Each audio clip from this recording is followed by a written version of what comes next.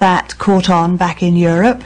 After the Crusades, many Europeans were far more open to the ideas of what was going on to the East, what was happening in other parts of the world. They simply couldn't be as insular as before.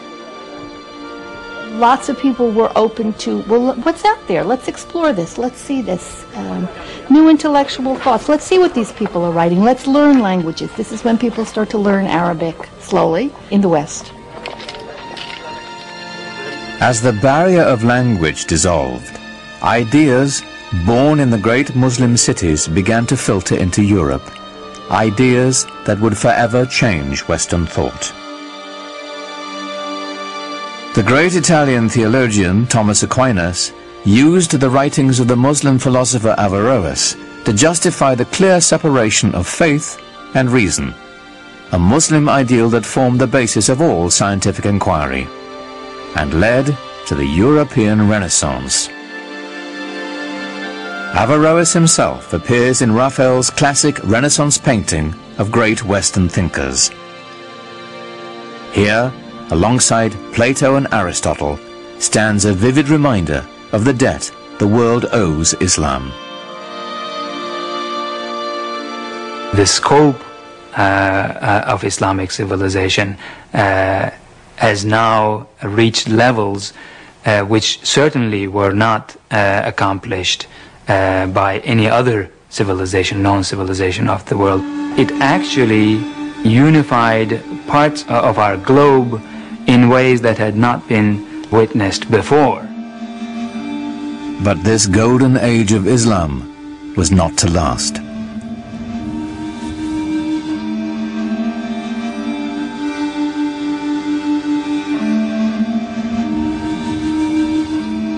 After shrugging off the Crusades and bringing the precious gift of knowledge to Europe, the great cities of the Islamic Empire would be brought to ruin by a force more terrible than anything the Europeans could muster.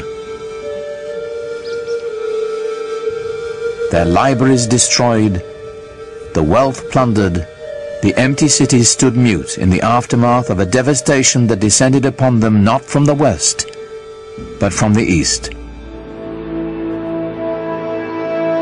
It's known as the Mongol catastrophe.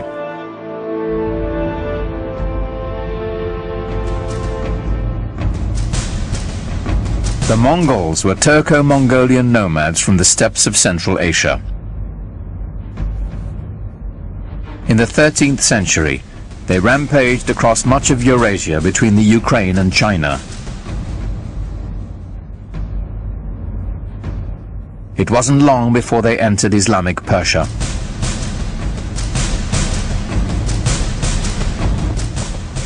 To the cultured, urban Muslims, these guys were a bunch of savages.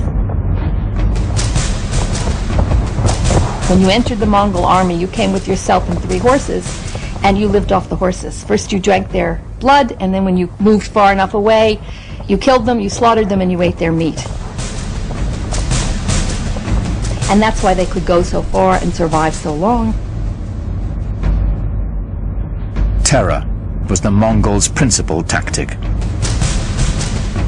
One of the local Iranian leaders foolishly decides to kill off the emissary that the Mongols have sent. And in doing that, he evokes the anger of the Mongols, who want to use him as an example. And they use this retaliatory technique often of killing off entire towns, wiping them out as examples. And so they build these fantastic towers of skulls where they pile up all the dead bodies as an example, and then all the other towns around immediately give way.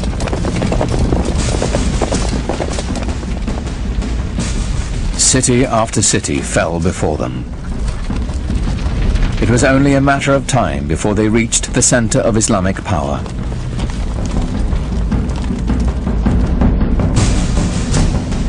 On February the 10th, 1258, the Mongols took Baghdad.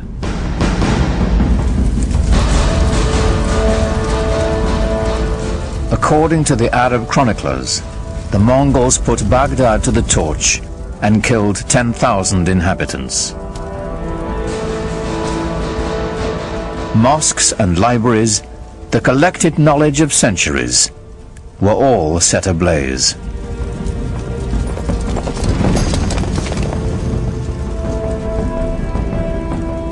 Within less than 50 years, the Mongols seized the heart of the Islamic Empire from the Arabs.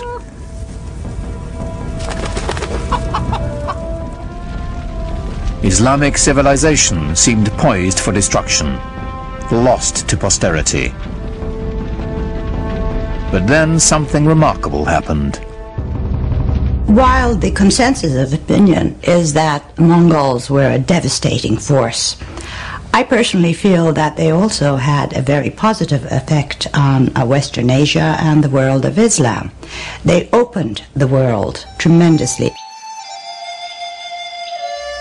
Allahu Akbar, Allahu Akbar. And historically, the most significant thing about the Mongols for us would be that they became Muslims, most of them, in the end. Converted to Islam and then became, after being these tremendously destructive forces, some of the greatest patrons of the arts and letters in all of Islamic history.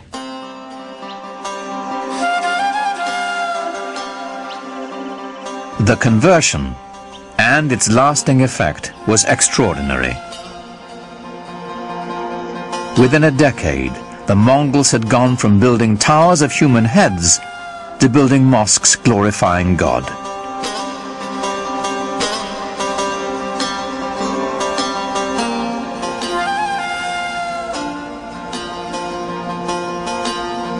It is not surprising to me that the land conquered the conquerors.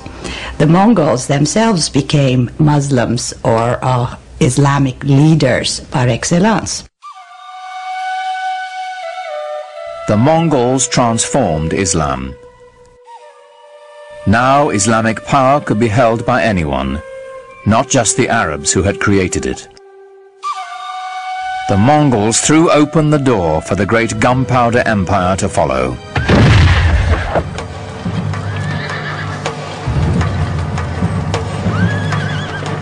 The empire of the Ottoman Turks.